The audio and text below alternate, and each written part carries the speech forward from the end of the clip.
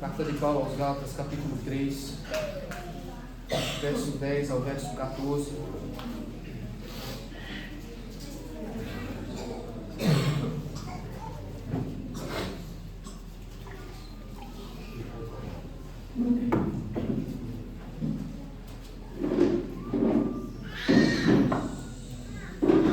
Crianças, vou fazer uma pergunta para vocês antes da gente entrar no texto, né? Vocês já ouviram uma palavra muito forte chamada maldição? Vocês já ouviram essa palavra? Não ouviu? É uma palavra muito forte, carregada com um sentido muito forte. Sabe o que maldição quer dizer? Maldição, no caso aqui do texto, para ajudar a aprender, quer dizer que todo aquele, crianças, Emanuel, João, Azaf, todo aquele que não obedece a tudo que Deus manda, ele está sob a maldição de Deus. E estar sob a maldição de Deus significa que ele condena, e o Eric, ele condena todo aquele que não faz tudo o que Deus manda fazer na sua vida. E hoje nós vamos ouvir que existia uma maldição sobre nós, viu Davi? Existia uma maldição sobre nós, mas Jesus nos resgatou dessa maldição. Tá bom? Prestem atenção ao longo do sermão, a gente vai conversando, tá bom? Vou falar com vocês algumas vezes também. Vamos lá, meus irmãos, Gálatas capítulo 3, do verso 10 ao verso 14.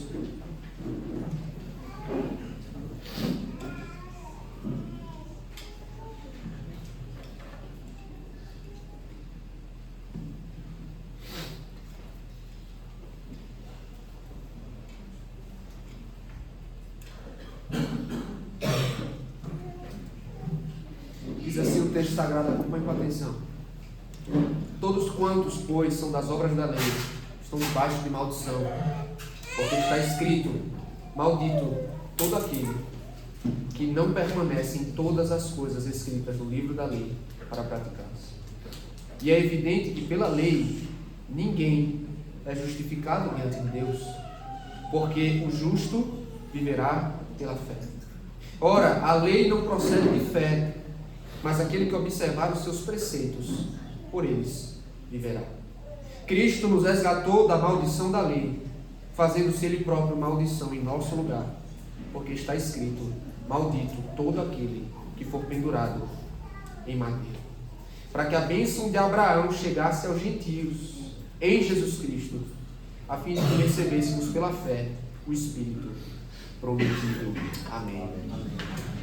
Oh Deus, nos ajuda, Senhor, todos nós. Ajuda a mim, pregarei Tua palavra. Ajuda aos meus irmãos, de modo que se concentrem, absorvam. Especialmente, Pai, sintam-se tocados pelo Teu Evangelho, que é tão sublime. Que as criancinhas, ó Deus, o Senhor possa, mesmo na fraqueza, nas dificuldades comuns de sua idade, que o Senhor possa também fazer este tempo proveitoso a todas elas. Se conosco no nome de Jesus. Amém. Meus irmãos, o argumento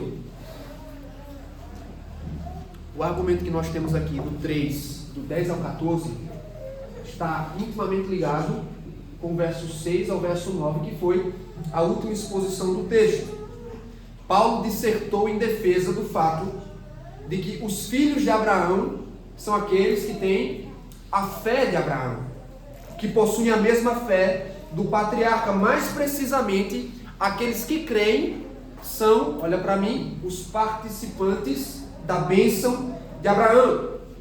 Nós vimos na última exposição de Gálatas que a bênção de Abraão prometida e que alcançou todas as nações da terra, alcançou seu cumprimento na justificação dos gentios pela fé. Então, assim como Abraão creu, foi declarado justo diante de Deus pela fé, os gentios, povo que nasceu fora de Israel, todos eles, os que põem sua fé em Jesus Cristo, são então reconciliados com Deus.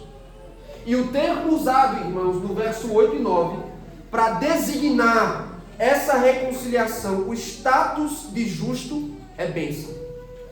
Ser salvo, no texto de Gálatas ou nessa perícope, é ser abençoado com Abraão. Então o que nós temos aqui do verso 10 ao 14 é a antítese, é o contrário da bênção. Porque se a fé é o caminho da bênção, apegar-se à lei para ser justificado leva-nos à maldição.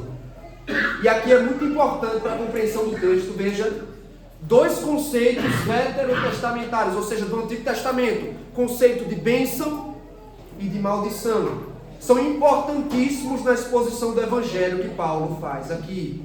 Porque veja, ele diz, somente pela fé em Cristo é que pecadores são libertos da maldição da lei. E esse é o tema, meus irmãos, do sermão da noite de hoje. Livres da maldição da lei em Cristo. Livres da maldição da lei em Cristo. E eu pergunto, por que precisamos ser libertos da maldição da lei, irmãos? Nesse texto nós temos uma exposição maravilhosa do Evangelho.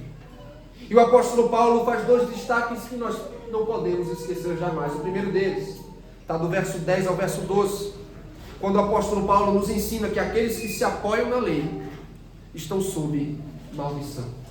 Aqueles que se apoiam na lei estão sob maldição. Mais uma vez, por favor, volta comigo aí para o verso 10, olha para o texto, quando o apóstolo Paulo diz: todos quantos, pois, são das obras da lei, estão debaixo de maldição, porque está escrito: maldito todo aquele que não permanece em todas as coisas escritas no livro da lei para praticá-las.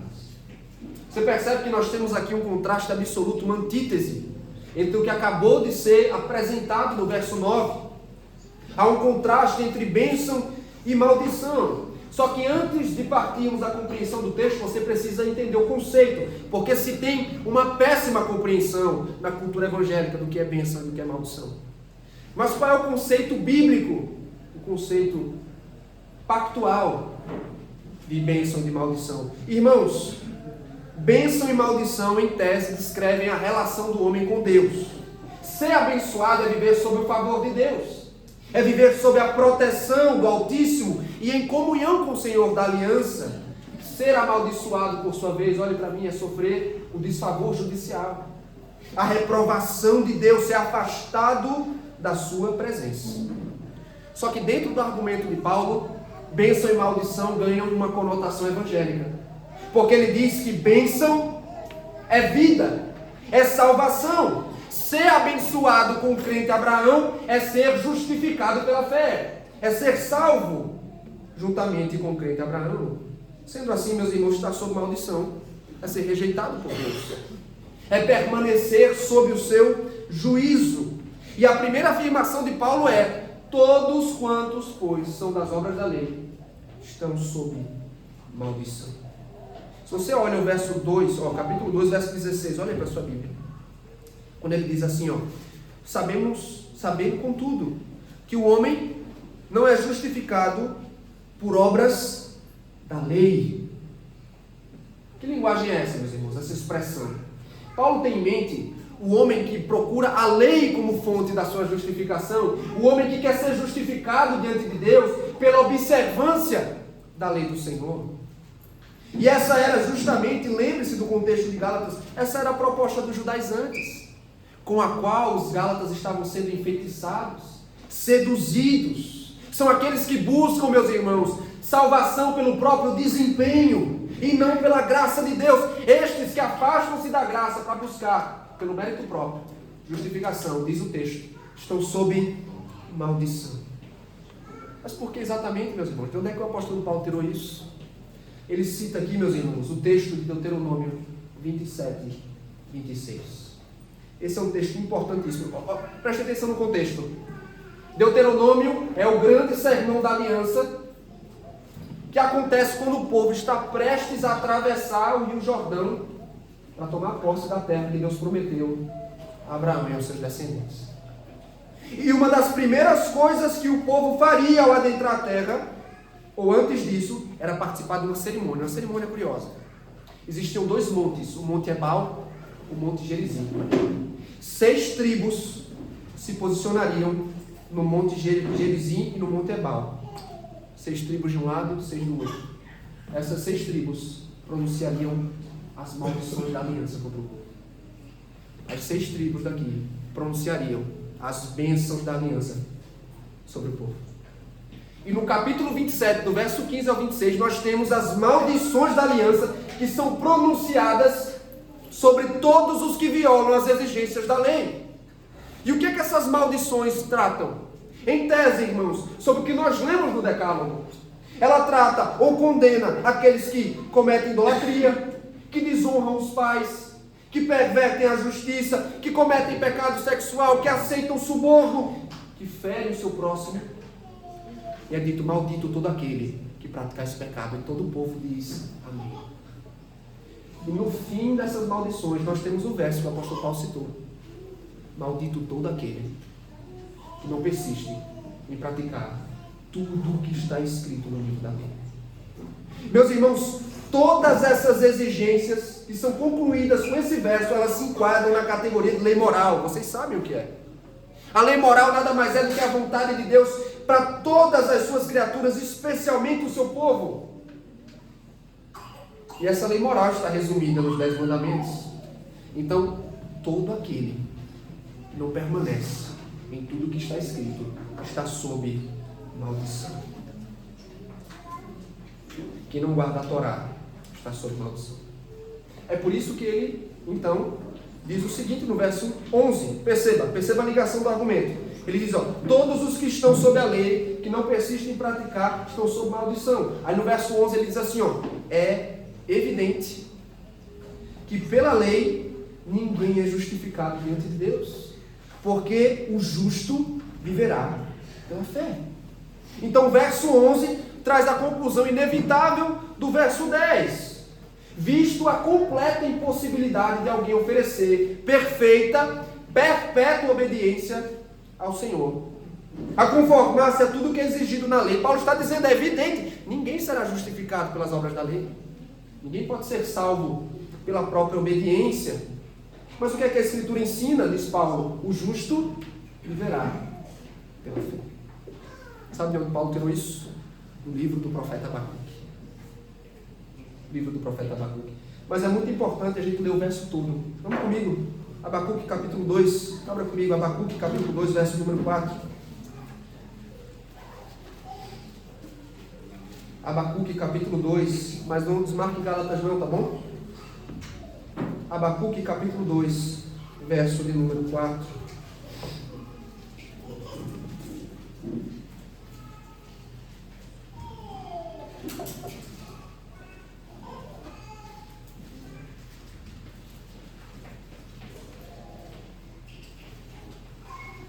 Eis o que diz o texto: eis o soberbo, sua alma não é reta nele, mas o justo viverá pela sua fé.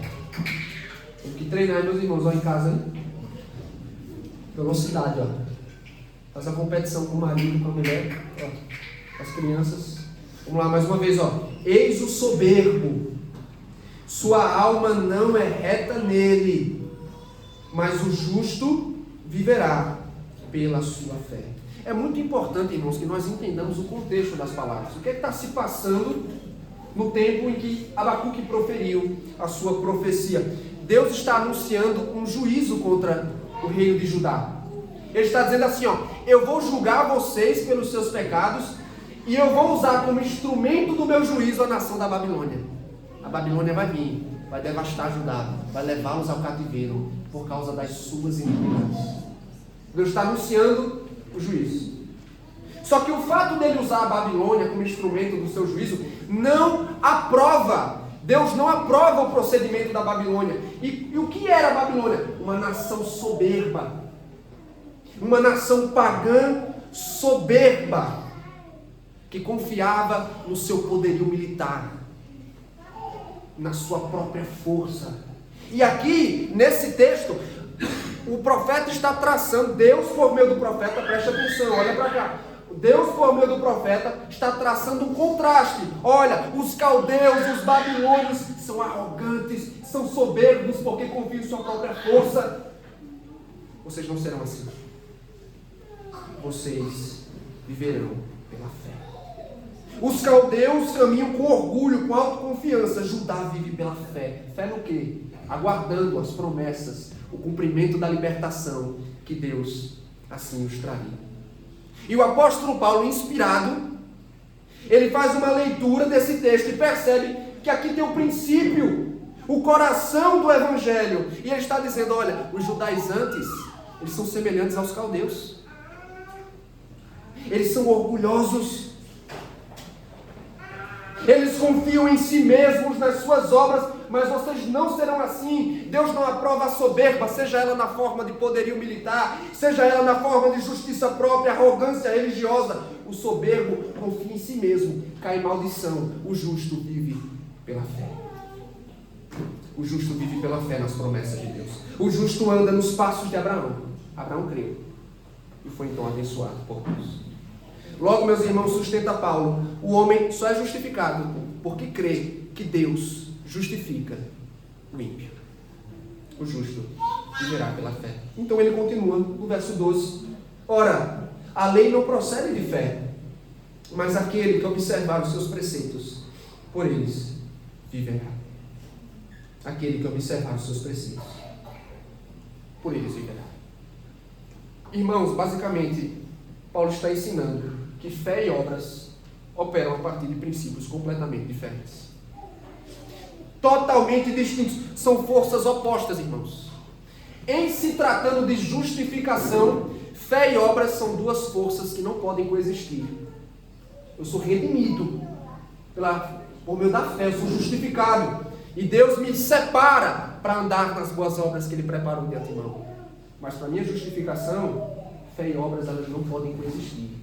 São princípios distintos. E aqui Paulo, irmãos, ele se dirige àqueles que acreditavam que a circuncisão era obrigatória, que a guarda da lei era necessária para a salvação. E ele está dizendo aos que se colocam sob a lei, esperando serem salvos por meio dela, o que é exigido deles, irmãos? Obedeça, e você viverá por meio deles. E o apóstolo Paulo, preste atenção por favor, ele cita mais um texto da Torá. Levítico 18, 5. Ouça, ele diz assim, portanto, os meus estatutos, os meus juízos guardareis, cumprindo-os, o homem viverá por eles. Eu sou o Senhor. Meus irmãos, no pacto mosaico, a lógica era a seguinte: obedeça e você será abençoado. A lei, ela tinha bênçãos a oferecer para o que obedece a sua palavra, para o que seguia estritamente a lei do Senhor. As únicas bênçãos que a lei oferecia eram para aqueles que a cumprem e a obedecem. Aos que buscam, irmãos, a bênção da justificação por meio da lei, eles precisam trabalhar dentro do seu modo de operação. E o que é que a lei exige? Obedeça, e você viverá por meio da sua obediência. É por isso, irmãos, salvação pelas obras da lei é totalmente contrária de salvação pela fé. Porque ser justificado pelas obras da lei implica que aquele que cumpre a lei viverá pela sua obediência. Aí me permite esclarecer esse ponto. Quando Calvino diz assim, abre aspas, preste atenção. A lei justifica aquele que cumpre todos os seus mandamentos, não alguns, todos os seus mandamentos. Enquanto a fé justifica aqueles que são destituídos de mérito próprio e confiam somente em Jesus Cristo. Ser justificado pela graça e pelo mérito próprio é inconciliável. Essas duas coisas não podem existir juntas. E pasmem, era o caminho que os Gálatas estavam tentados a trilhar. Era o caminho que os Gálatas deveriam percorrer se deixassem circuncidar. Colocar-se sob o jugo da lei, meus irmãos, implica obedecer com perfeição tudo o que está escrito na lei. Ele deixou isso claro aqui. Ninguém será justificado por meio dela. Porque, irmãos, é impossível cumpri-la perfeitamente. Ninguém será justificado por meio dela, porque ninguém é capaz de cumprir. E permita neste ponto, irmãos, eu peço toda a atenção de vocês a duas aplicações desse texto, as quais não podemos nos esquecer. Primeira aplicação, guarde isso no seu coração. Se a lei exige obediência perfeita e nós não conseguimos oferecê-la, isso significa que estamos sob maldição. E eu não sei muito bem se você entende o peso disso, mas por favor, preste atenção, ouça. Para boa parte da cultura evangélica, e talvez muitos de nós, por muito tempo fizemos parte dessa cultura, chega a ser chocante ouvir que Deus é um Deus que amaldiçoa. Por quê? Porque nós estamos acostumados a pensar em um Deus que abençoa, em um Deus que ama, em um Deus que faz o bem, não importa como a pessoa viva. Então, para essa cultura, é um choque ver que existe um Deus nos céus que amaldiçoa quem transgride a sua lei. E muitas vezes, meus irmãos, nós mesmos, que dizemos ter uma boa teologia, que dizemos ser reformados, ler a Bíblia, muitas vezes nós temos uma visão equivocada de Deus. Sabe o que eu quero dizer? É que muitas vezes nós o enxergamos pelas lentes do jeitinho brasileiro. Sabe como é o jeitinho brasileiro? Que a gente vai levando a vida e muitas vezes, mesmo depois de crente, a gente não larga. Sabe como é o jeitinho brasileiro? É assim, ó. É um Deus que se contenta com a mediocridade e com a imperfeição. Um Deus que é flexível, meus irmãos, que tolera, que esquece os pecadinhos que nós cometemos diariamente. Meus irmãos, este não é o Deus das Escrituras. Este não é o único Deus que revelou a si mesmo no seu Filho. Ele é santo, Ele é justo, e diz a Escritura, Ele retribui com juízo toda e qualquer transgressão da sua lei. Toda e qualquer transgressão. Você se lembra que Tiago, meu irmão de Jesus, escreveu na sua carta? Ele disse assim, meus irmãos, pois qualquer que guarda toda a lei, imagine, se fosse possível, obviamente, ele está tratando no campo das... Se alguém diz guardar toda a lei, mas tropeça em um só ponto, se torna culpado de todos. Todos. Meus irmãos, é isso que Paulo quer reforçar aqui. Ele está insistindo com seus leitores. Fé e obras operam de modos distintos. A lei não quer saber se você é esforçado, não quer saber se você tem boa intenção. A lei demanda, seja perfeito. E você viverá pela sua obediência. Obedeça. E você viverá. Eu tenho boa intenção. Ele quer que você seja perfeito nos teus atos, nos afetos mais íntimos, nos teus desejos e pensamentos. Ele quer perfeição. Tudo. E o tempo todo. Tudo o tempo todo. Para ter vida pela obediência à lei, você precisa ser perpetuamente obediente. E meus irmãos, isso é desesperador. E o desespero aumenta. Porque o que é que a Bíblia diz desde Adão? Dentre toda a raça humana caída, não há um. Dentre a raça humana caída, não houve um sequer capaz de guardar o que Deus ordenou. É por isso, meus irmãos, que insistir nessa tolice legalista, judaizante, é uma insanidade. É suicídio espiritual. Espera aí, pastor. Aí interrompe o fariseu. Eu sabia que tem um fariseu que ele vive dentro da gente. E se a gente não calar ele, matar, ele tenta se sobressair. É o fariseu interrompe. Espera aí, pastor. O senhor não sabe com quem você está falando. Eu sou um homem, uma mulher de reputação ilibada. Eu nunca cometi um pecado grave. Eu nunca roubei, eu nunca matei. Eu nunca adulterei. Eu trabalho honestamente. Sou um pai de família. Eu frequento a igreja. Aí você faz uma pergunta semelhante à do jovem rico. Lembra do jovem rico? Ô mestre, o que farei para herdar a vida eterna? É simples. Seja perfeito em tudo e o tempo todo. Do contrário, ouça, do contrário, seremos amaldiçoados como transgressores da lei de Deus. Sabe a fofoca despretensiosa? Sabe a mentiria que nós contamos? Sabe a amargura que escondemos no fundo do coração? O pensamento imoral, a raiva, por vezes nos consome. Sabe esses pecadinhos que nós temos a tendência de pensar, Deus os tolera. isto já é o suficiente para colocar qualquer um sob a maldição de Deus.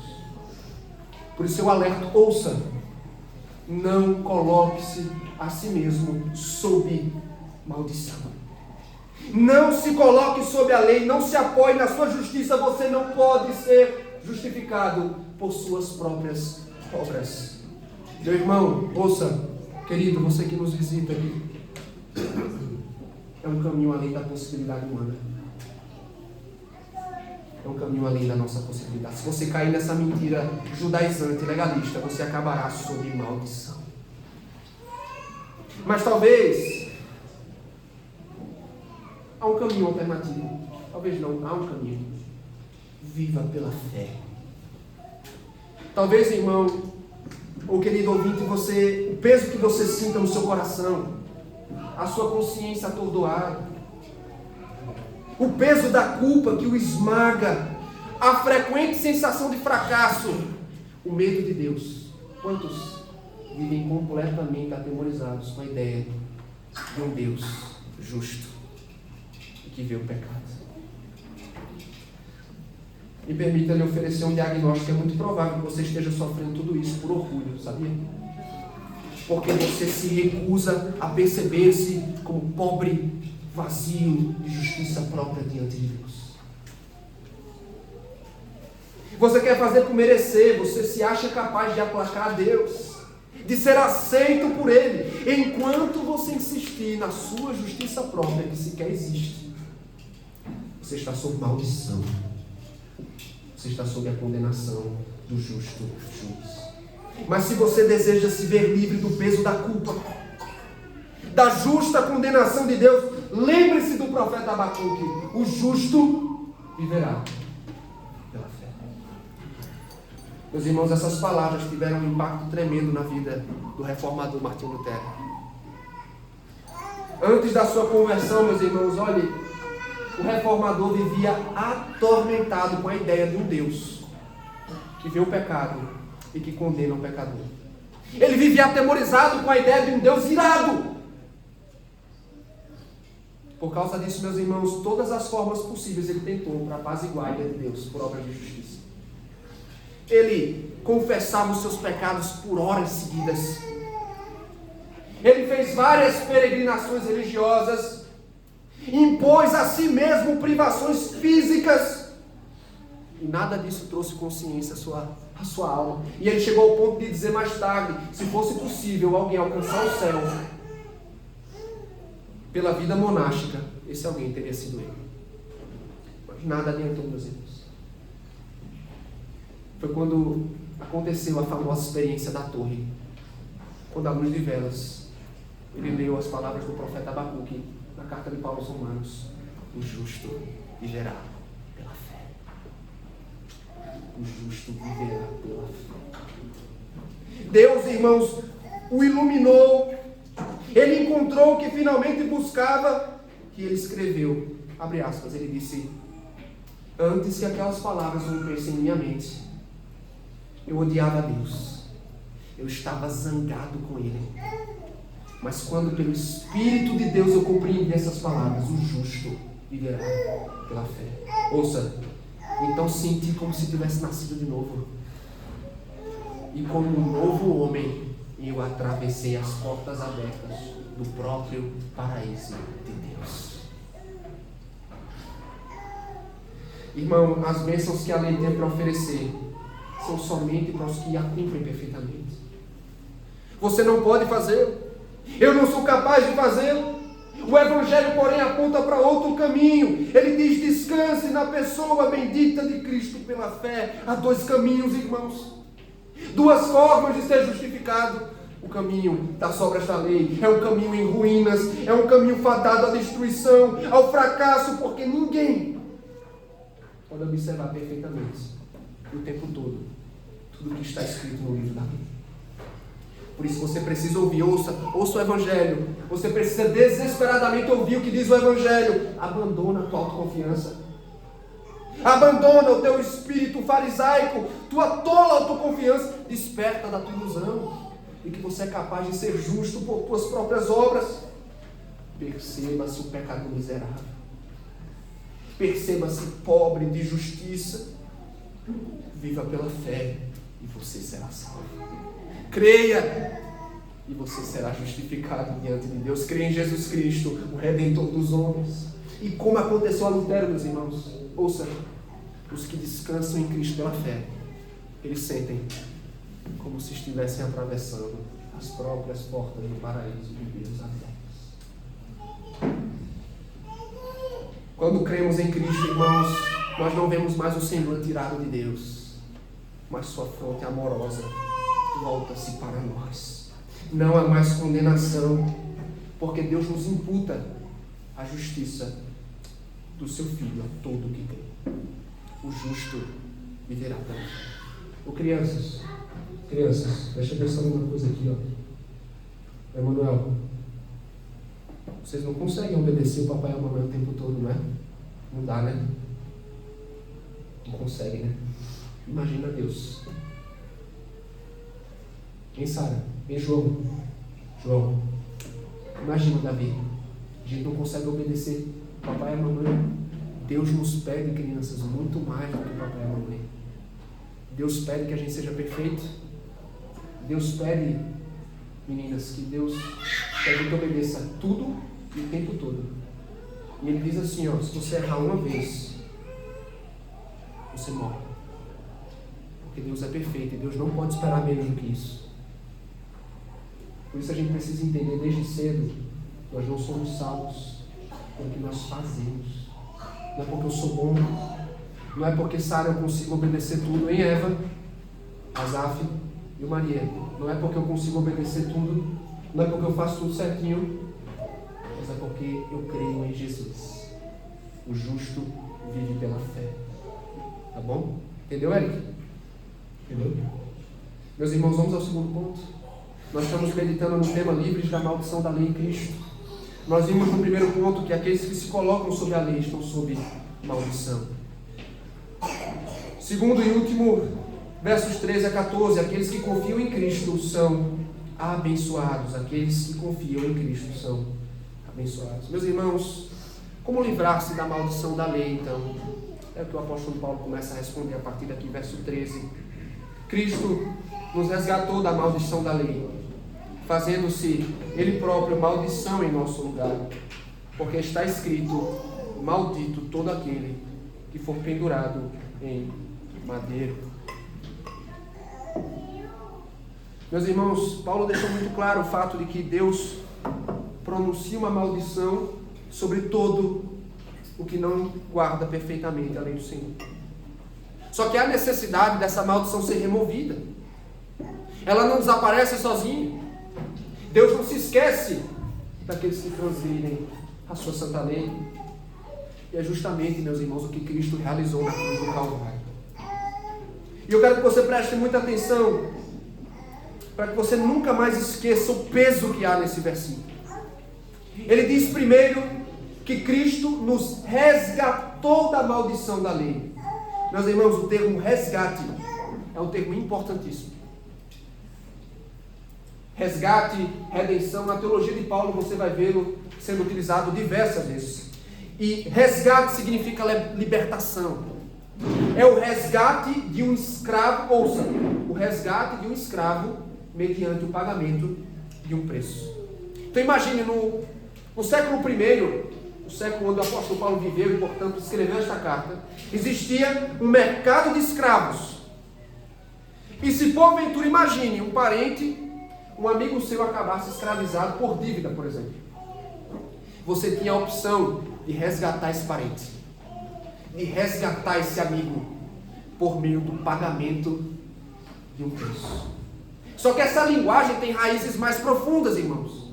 Ela tem suas raízes no êxodo do Egito, que foi quando Yahvé resgatou Israel das garras de Faraó e da escravidão dos egípcios.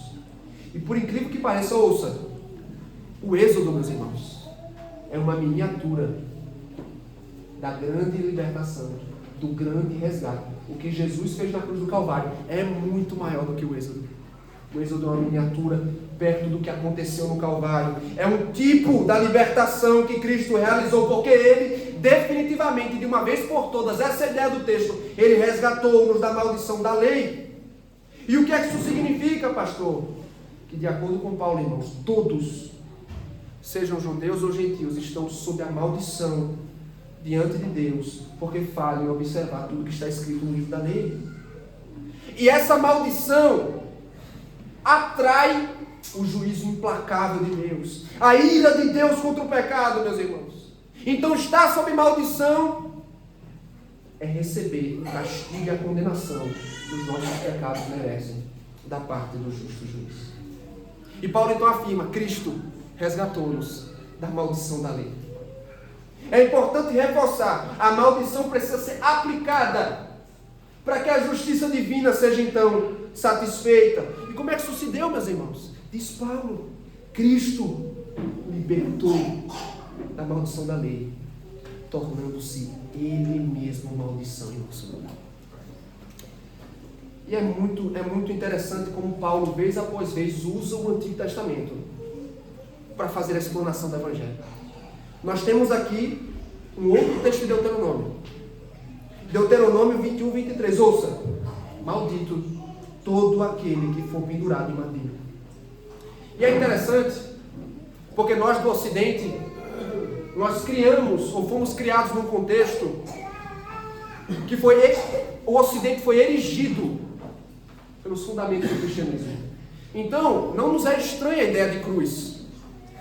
O que as pessoas fazem hoje em dia? Né? As pessoas tatuam em sua pele. Você vê nos carros, por exemplo, às vezes tem uma cruz no carro, a pessoa vai andar com a camisa estampada, né? Com uma cruz. Meus irmãos, nesse tempo, para os judeus em especial, madeiro era sinal de maldição. Um indivíduo pendurado no madeiro, segundo a lei de Moisés, irmãos, era um verme maldito. Era um homem que cometeu crime capital. E veja, primeiro esse homem, na lei de Deuteronômio, ele era executado. Ele morria, porque o crime que ele cometeu merecia a pena capital. Depois, já morto, o cadáver desse homem era pendurado no madeiro, exposto à humilhação pública. Exposto à humilhação aos olhos de todos, irmãos. Porque aquela era uma mensagem: este não é um criminoso qualquer. Seria o equivalente hoje, imagine, os criminosos condenados pelos crimes mais hediondos. Ao ponto do puritano Matthew Henry dizer assim: ser pendurado entre a terra e o céu, o madeiro, ser pendurado entre a terra e o céu, era o mais alto grau de vergonha e de reprovação.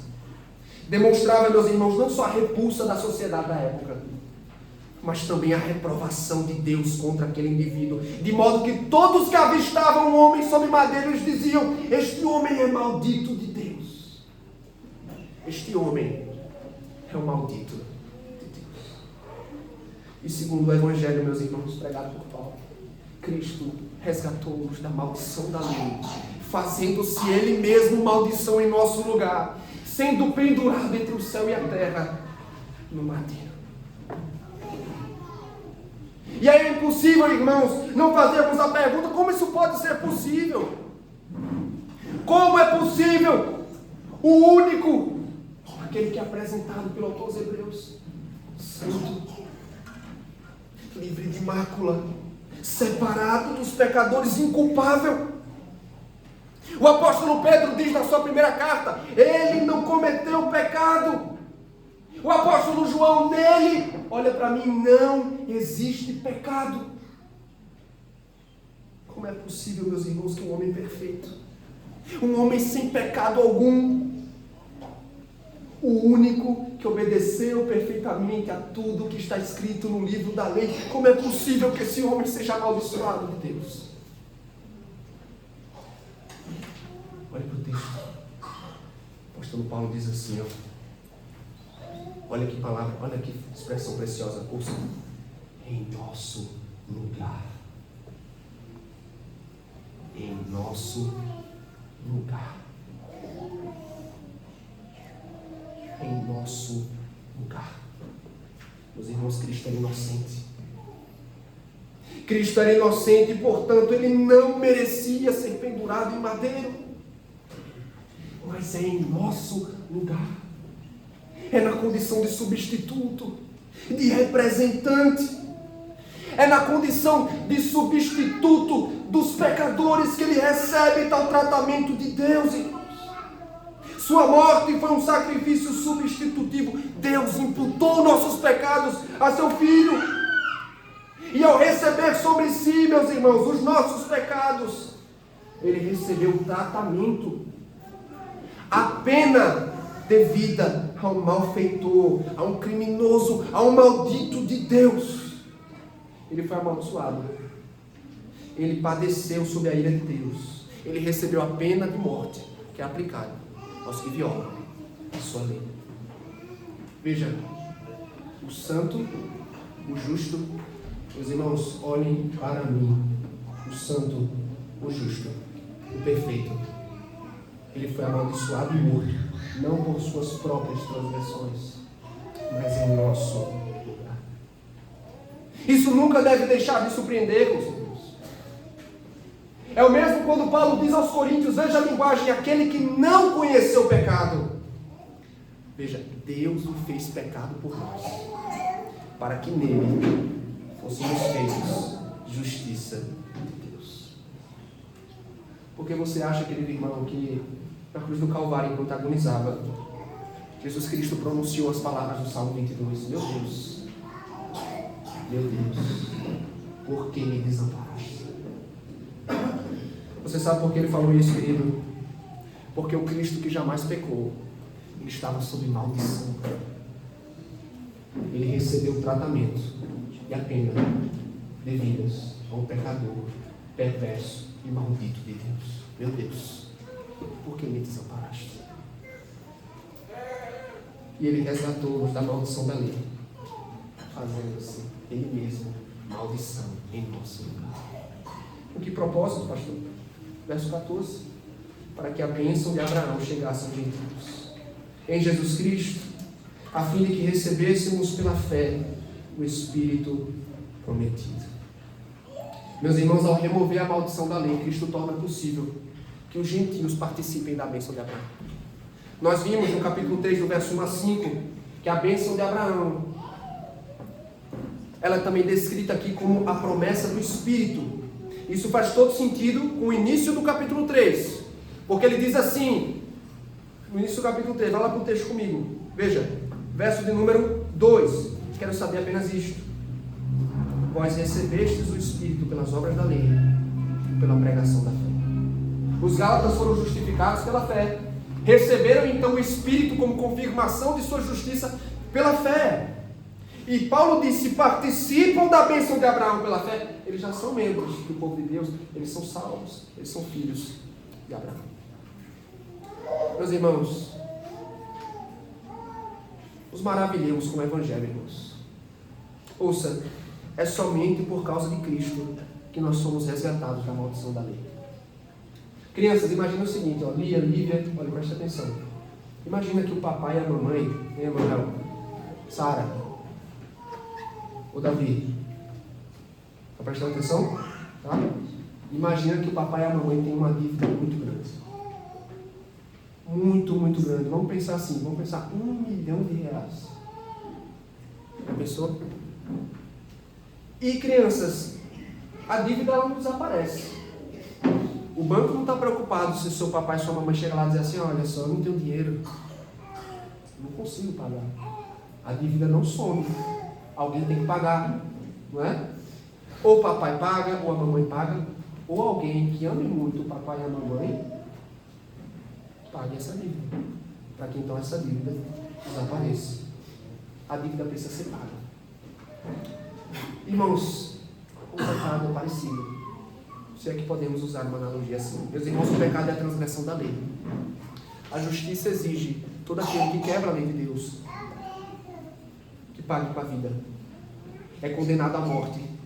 E porque nós não conseguimos viver perfeitamente, nós não conseguimos obedecer a tudo que está escrito no livro da lei, ouça, olha nos meus olhos, estamos sob maldição.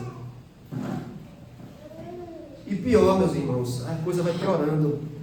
Não há nada que possamos fazer para removê-lo. Nada. É por isso, querido, que o Evangelho é uma notícia maravilhosa da parte de Deus aos pecadores. Porque no Evangelho, Deus brada: a maldição da lei é cumprida no castigo do Filho de Deus. Mas talvez você se indague: pastor, um homem perfeito, receber um tratamento desse de Deus, que é santo.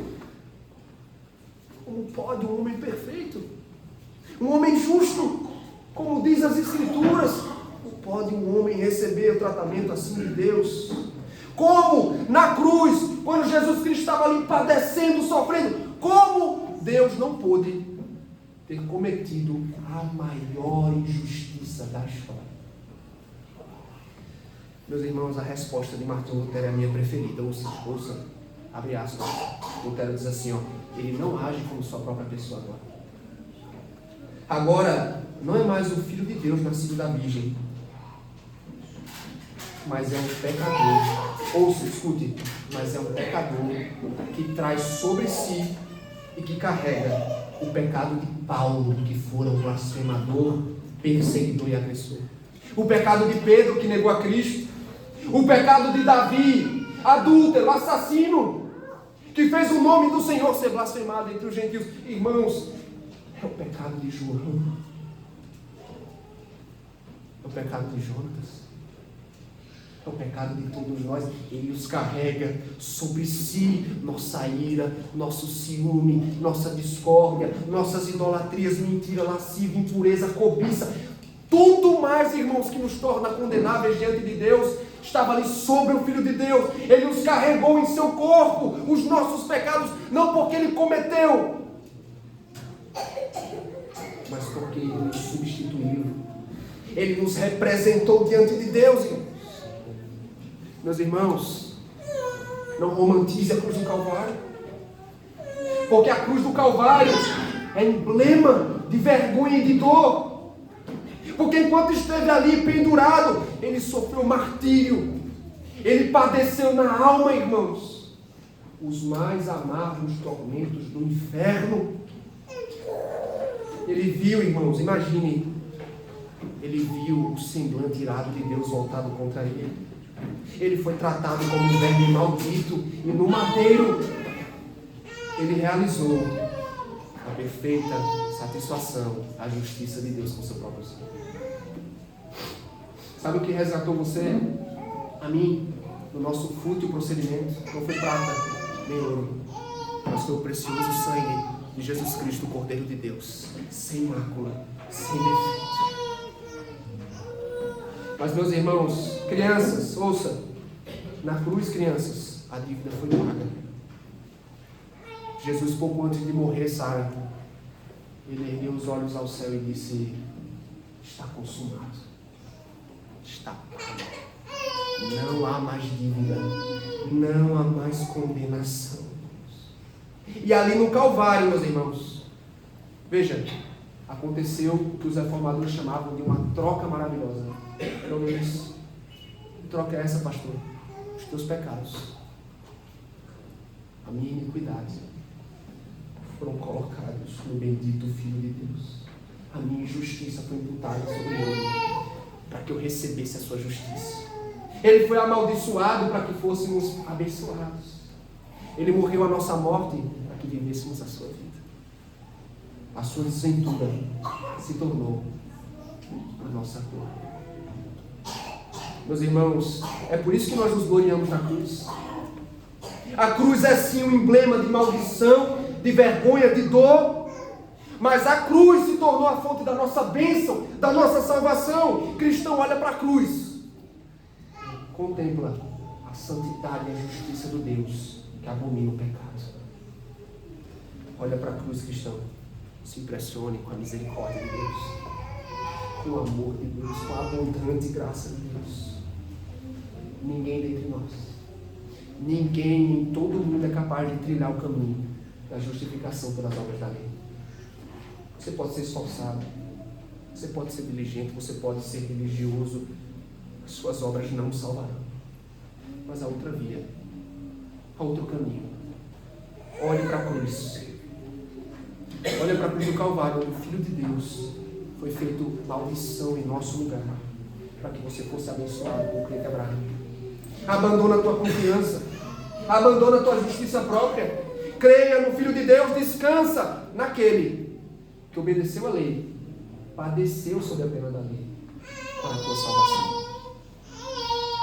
É somente por causa dele, meus irmãos, que nós participamos do Espírito Santo e de todas as demais bênçãos reservadas aos filhos de Abraão pela fé. Você ama a mensagem da cruz? Amém?